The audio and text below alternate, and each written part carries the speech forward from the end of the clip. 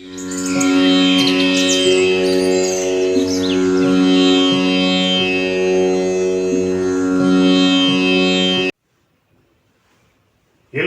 வணக்கம். எல்லோரும் நன்றாக இருப்பீர்கள். இன்றைய தலைப்பு, ஜாதகத்தில் ராகு பகவான் எங்கு இருந்தால் தனது 18 வருஷ தசையில் நன்மை செய்வார். அதாவது ஒருத்தருக்கு லட்சக்கணக்கில் கோடிக்கணக்கில் சம்பாதிக்கணும்னா இந்த ராகு தான் அள்ளி கொடுக்குங்க. மற்ற எல்லா தசைகளை விட ராகு ஒரு ஜாதகத்தில் நல்ல இடத்துல உட்காந்துட்டாருன்னு வைங்க, அவர் நல்ல பலனை செஞ்சிருவார். பல லட்சங்களையும் பல கோடிகளையும் கொடுத்துருவார். இப்போ நான் சில கண்டிஷன் எழுதியிருக்கேன், 6 கண்டிஷன் பாருங்க. ராகு லக்னத்தில் இருந்து என்னன்னா 3-11 இருக்கணும். இது முதல் கண்டிஷன். அந்த 3-11ங்கிற இடம் மேஷம், ரிஷபம், கடகம், கன்னி, மகரமாக இருந்தால் சூப்பர். 3வது பாயிண்ட்டு, ராகு கேந்திரத்தில் இருந்தால் கோணாதிபதியுடன், கோணத்தில் இருந்தால் கேந்திராதிபதியுடன் சேர்ந்து இருக்க வேண்டும். இப்போ கேந்திரங்கிறது 4, 7, 10. திரிகோணம்ங்கிறது 5, 9. இந்த 1ஆம் இடம்ங்கிறது கோணத்துக்கும் கேந்திரத்துக்கும் பொதுவானது. அப்போ இந்த ராகு பகவான் கேந்திரங்களில் இருந்தால் கோணாதிபதியுடனோ, கோணத்தில் இருந்தால் கேந்திராதிபதியோடையோ சேர்ந்து இருந்தால் நல்ல பலனை செய்வார். அதுக்கடுத்த கண்டிஷன், ராகுவுக்கு வீடு கொடுத்தவன் ஆட்சி உச்சம் அடைய வேண்டும். இது ரொம்ப ரொம்ப ரொம்ப ரொம்ப முக்கியங்க. கடைசி முக்கியத்துவம் பாருங்க. முக்கியமா லக்னாதிபதி ஆட்சி உச்சம் அடையணும்.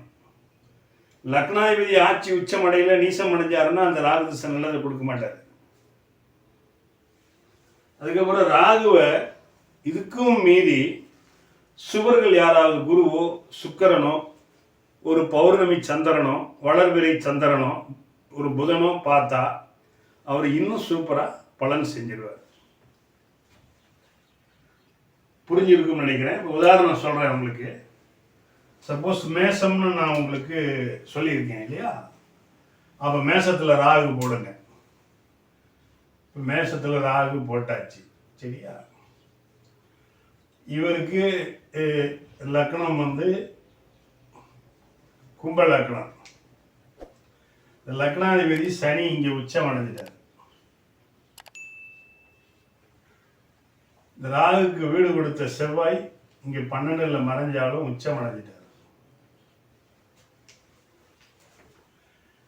இந்த ராகு தசை அவருக்கு பருவத்தில் வந்தா, அதாவது 25 வயசுலேருந்து 60 வயசுக்குள்ள வந்தா பல லட்சங்கள்லையும் பல கோடிகள்லையும் சம்பாதிப்பார்.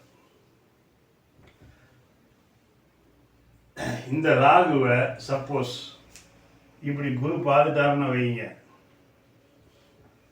அளப்பரிய லாபத்தை கொடுத்துருவார்.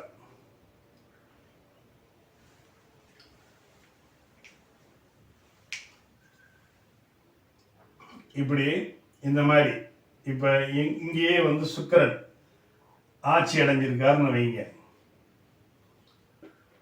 இன்னும் சூப்பர். 7ஆம் பார்வையா சுக்கிரன் பார்க்க, 5ஆம் பார்வையா ராகு பார்க்க, லக்னாதிபதி சனி உச்சமடைய, ராகுக்கு வீடு கொடுத்தவன் உச்சமடைய, இந்த ராகு தசை கோடிகளில் 18 வருஷம் கொட்டி கொடுக்கும்.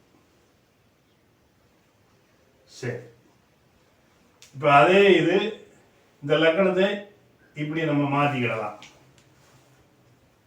எப்படி? இந்த லக்னமாக மாற்றிக்கலாம்.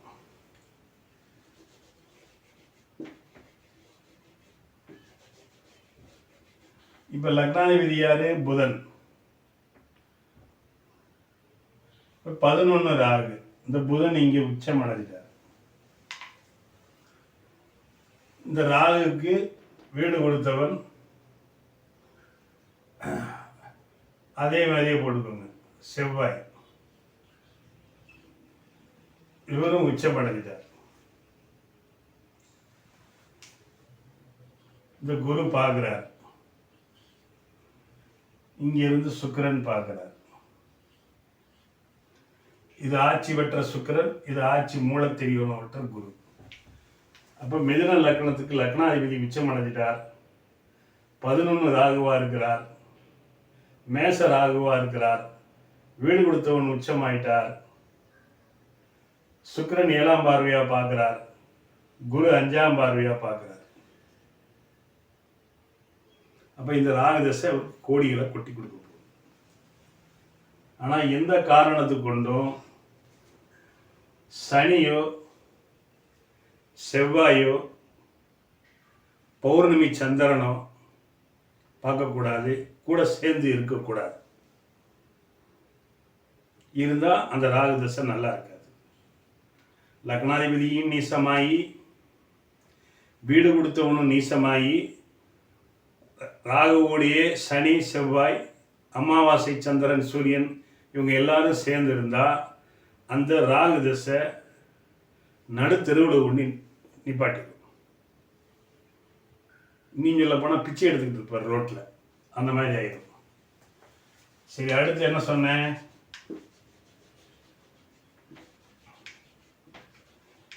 கேந்திரத்தில் அவர் இருக்கலாமா?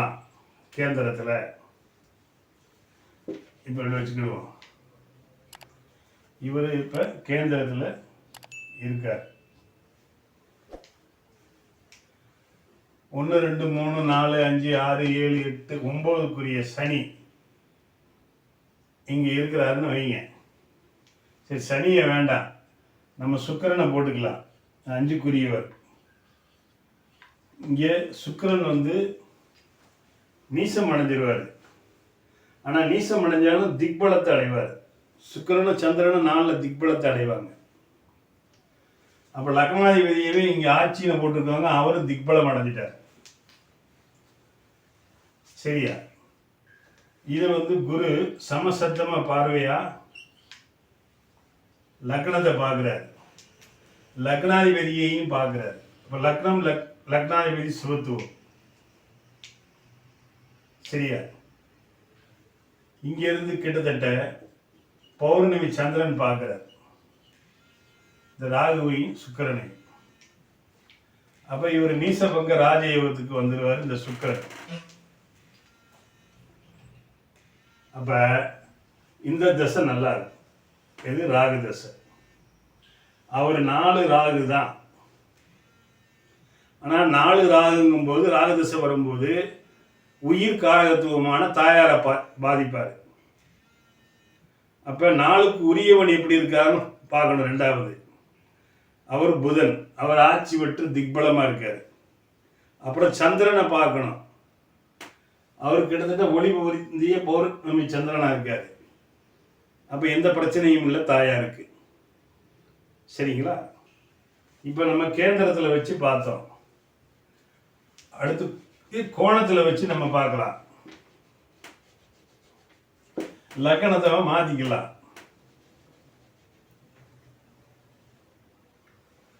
லக்னத்தை ரிஷப லக்னமா போடுங்க.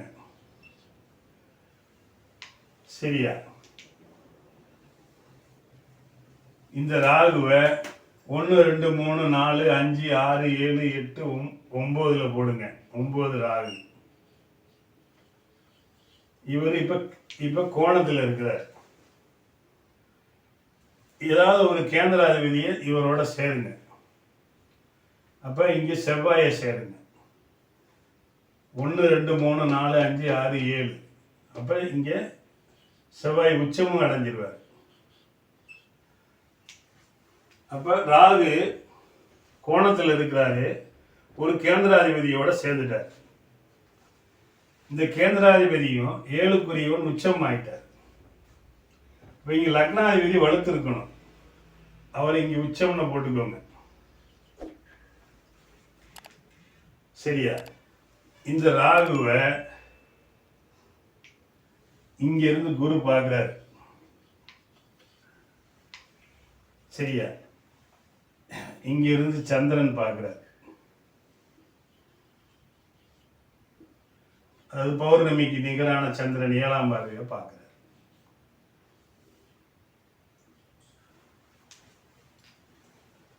அப்ப லக்னாதிபதி உச்சமடைஞ்சிட்டாரு, ராகு கோணத்தில் இருக்காரு, ஒரு கேந்திராதிபதியோட சேர்ந்திருக்காரு, குரு பார்வை வாங்கியிருக்காரு, பௌர்ணமி சந்திரன் வாங்கியிருக்காரு. இந்த ராகு திசை 18 வருஷம் அவரை கொட்டி கொடுக்கும்.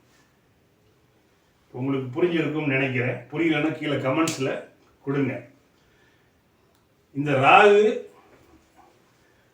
ஒருத்தர் நடுத்தெருவுக்கு கொண்டு வரணும்னா